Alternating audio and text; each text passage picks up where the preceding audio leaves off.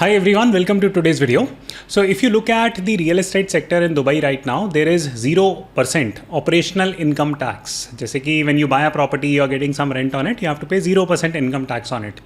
On top of that, when you're buying the property, the DLD or the Dubai Land Department charges you 4% as stamp duty. This in India can anywhere be between 7 to 9%. On top of this, when you sell your property in Dubai, you have to pay 0% short-term gains tax and 0% long-term gains tax. Then comes a very natural question that, okay, then what's the point of even looking at properties in India? Why don't Indians go and simply buy properties in Dubai? And that's a very good question to investigate, because honestly, on a post-tax basis, it makes sense to buy in the Dubai market. So on today's video, I'm going to help you understand whether Dubai is really a really good market to explore, or are there better markets in India? I'll explain this by analyzing 5 simple types of real estate investment and 5 markets from India versus Dubai, and will help you understand that concept more holistically.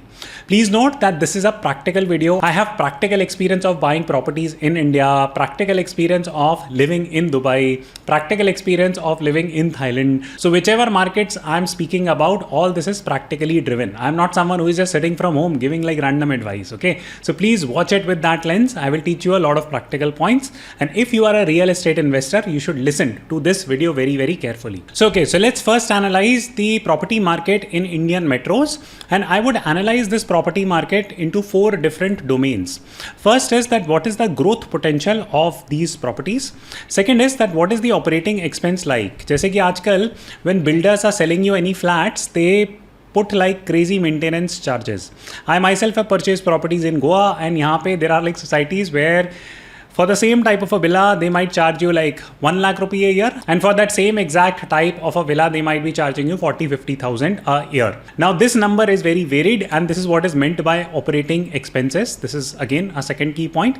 Third is taxes, that are these properties tax efficient or not. Finally, exit, that can you really sell these properties. So these are 4 dimensions on which you should be looking at properties. So let me give you 2-3 examples here, and then I will tell you the best metro market as per my understanding today, where in case you are considering कि यार अच्छा India में खरीद लेते हैं तो कहाँ खरीदें, so then I will give you some understanding on it. See, from an appreciation point of view, in India, the property rates grow really fast. There is no doubt about that. Why? Because the supply of properties is very, very hard to come by compared to demand. So in the past, good investment grade properties have done exceptionally well. Now many critics will jump into the comment section. They will start saying कि नहीं ऐसा नहीं होता, property prices 2-3% ही बढ़ती हैं and all that stuff. Why? Because you're talking about flats. You're talking about high rise, high density. For example, this is a patch of land. On this, you can build like a 20-30 story building also. On that same patch of land, you can only build one villa also. So which one do you think is going to grow faster? Well, it's very simple. जहाँ पे supply is not going to go up like crazy. So if you look at any markets like Gurgaon or Noida or XYZ markets, ठीक है अभी बढ़ रहे हैं, right? I mean हवा में, right? Because the entire real estate market is going up. But does it mean that these property markets will continue to do well in the future? I don't know. I don't think so. The reason is very simple, that the supply of these type of properties which are coming up in the market in Delhi, Gurgaon, all that, the supply can be increased at any point in time, especially around townships which are horribly designed, horribly executed, all that stuff, right? So for example, there is Supernova, Supertech, something like this, and they were building the India's biggest building. Possession कुछ नहीं मिला है. And if you go and buy under construction properties in major metros in India, you are gambling away your life, in very simple words, because there are many families which just put their entire life savings, EMI dependent हो जाते हैं on those properties. It's just a nightmarish scenario. Please do not gamble away your life by trusting builders. That is the worst mistake that you could make. That is one of the worst financial mistakes that can cause you massive distress. So be a little bit careful.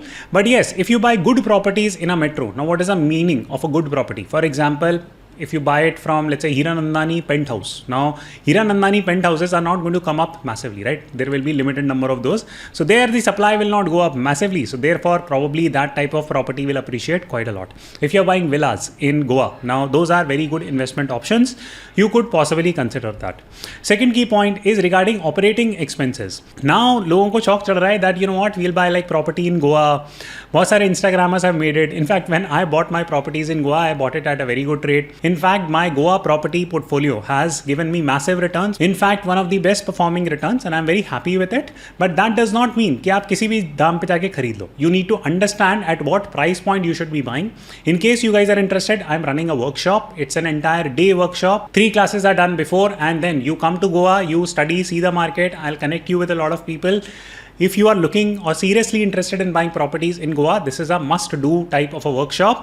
I will give you entire download of the situation in Goa. You will avoid major critical mistakes that people make. जैसे disputed properties खरीद लेते हैं. They have no understanding about Portuguese succession law. They don't know how to scout for properties, what type of society they should be buying in versus not, how to do Airbnb on it. So I bring in Airbnb experts, I bring in lawyers, I bring in architects who are all local guides. And this one-day session in Goa will make you a lot aware about the entire Goa property market. So in case you guys are interested, there are limited seats, so you can go and check it out. So anyways, this operating expenses जैसे society maintenance वगैरह हो गई, if you are putting your property in Goa on Airbnb, how much operating expense will that take? So all these are critical considerations before getting into any type of these markets. Third, taxation. देखो India में taxation high है. There is nothing that can be done on it. Basically, if you are buying properties, then you should ideally buy cash flow properties. Cash flow property का मतलब होता है कि you are buying, let's say you are buying a 1 crore property, you have taken a home loan of 80 lakhs, 20 आपने financing कर ली. Now on 80 lakhs you will have to pay a monthly EMI. मान के चलो वो निकल के आती है 1 lakh रुपये a month. Now, what is the important point here? The important point is that how much money you are making from this property on per month basis. For example, from this property, if you can make, let's say 50,000 per month, right? So, साल में कितना हो गया? 6 lakh, okay? So, आपकी EMI 50% has been offset. So, this is called as, or these type of properties are called as cash flow properties. These are very, very important these days to understand whether some asset is a cash flow asset or not. If you are buying non-cash flow oriented asset, जिसमें yield ही 2-3% आ रही है, then it is a horrible asset. You will have a very hard time exiting such investments. This is one of my properties from Goa. I'm getting very good rent from it. In fact, my rental yield is close to 6%, and in this society, the villas get sold very, very easily. The villas are very hard to come by. Why? Because no one wants to sell a property jahan se cash flow is amazing, right? So if I have to quickly conclude this first key point, you have to understand that buy something where appreciation is likely. Number 2 point, your operating cost is low. Number 3 point, taxes का आप कुछ खास कर नहीं सकते. Number 4th point is that if you are doing a cash flow oriented property, you can easily exit. But if these 3-4 criteria are not getting met, there is limited point in buying in a metro. जबरदस्ती का एक apartment खरीदना might become a liability, and under construction तो भूल के भी मत खरीदना. Otherwise, you can get trapped into something for which your family can dearly pay throughout their lives. That is what I would say. Yes, some people have great experience under construction, खरीद लेते हैं, price बढ़ जाती है and all that. But laws are really horrible. You can get stuck with properties that will not get delivered to you, and you will keep on paying EMI of that property which you're not getting, and on top of that you will continue to pay your rent. So please do not get into these type of games. Okay, so this brings me to the second type of property or second area which I would ask you guys to investigate a little bit, and this is Goa. Number 1, the property appreciation in the Goa market typically happens for cash flow type of properties. So if you're buying something cash flow, where cash flow is sensible, you are making, let's say 4%, 5% cash flows oriented properties, then appreciation of these type of assets also happens really fast. This is point 1. Point 2 is that if you are buying in saturated zones, right? For example, जो main tourist area है गोवा का, which is like Anjuna, Vagator, all this, वहाँ पे absolute horrid quality construction is happening. For example, जैसे जो roof होती है villa की, टिन की रूफ डाल रखी है, right? It is not even like जो यूजुअल सीमेंट कॉन्क्रीट की रूफ होती है, even that is not there. It is the construction quality is just absolute pathetic, and of course you are going to make a higher yield, but do you really want to own that quality of a villa or that quality of an apartment? You can imagine if the builder is cutting cost just to put like teen ki thapri type of roof, what construction quality they would have done. Yes, you will buy it because you are getting it cheap, and you might be able to rent it out for 1-2 years and make like good yield on it, but honestly, is that like something which is worth holding? Would that go up in value? No. After 2-3 years, you will have such high maintenance issues on these type of properties that you will just scratch your heads, right? So please be a little bit aware. Never buy a poor quality asset, be it in the stock market, be it in the real estate market.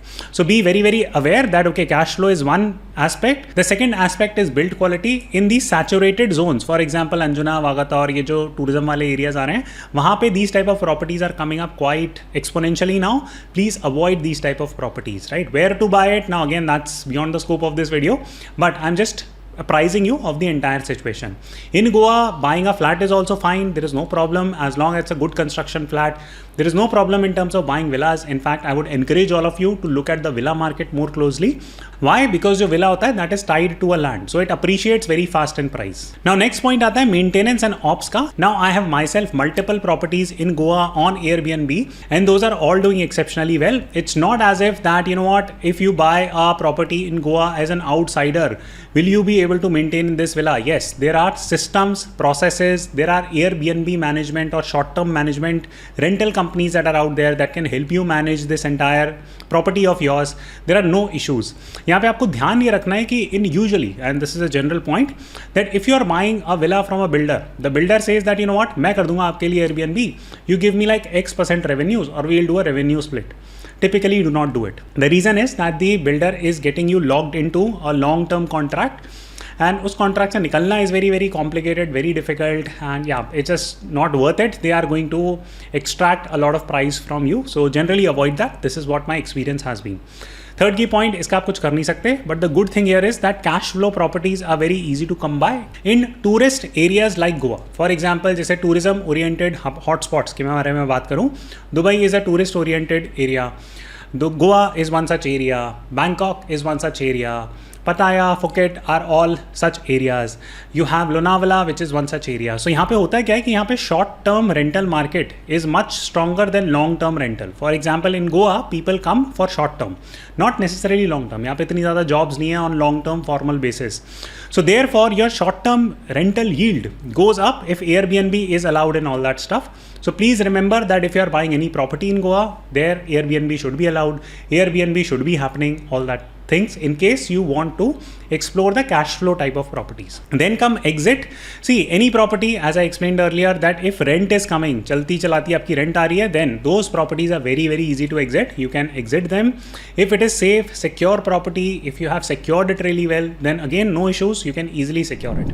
Again, in case you guys are interested to learn more about the Goa property market, there is an entire 4-session course which includes an in-person meetup in Goa where I'll show you actual properties that I own. You guys can come see the properties, get a feel of the entire market, and then make better, more informed purchase decisions. So okay, now analyzing property market 3, which is Dubai. Now I have been spending a lot of time in Dubai, so I am well aware of the Dubai real estate market. Also, I've had a chance to speak with a lot of people, analyze it through the lens of a broker, through the lens of an investor. I have met a lot of people who own properties in Dubai.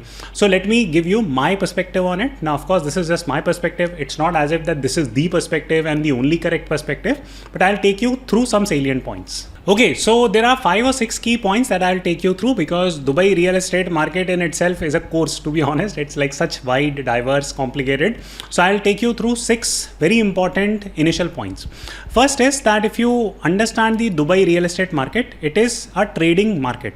Now there are 2 types of buyers in Dubai real estate. One is that, or 2 types of customer profiles. One would be tourists who come to Dubai, right? Because Dubai is a hotspot of tourism, safe, secure, etc., etc. So बहुत tourism होता है यहाँ पे.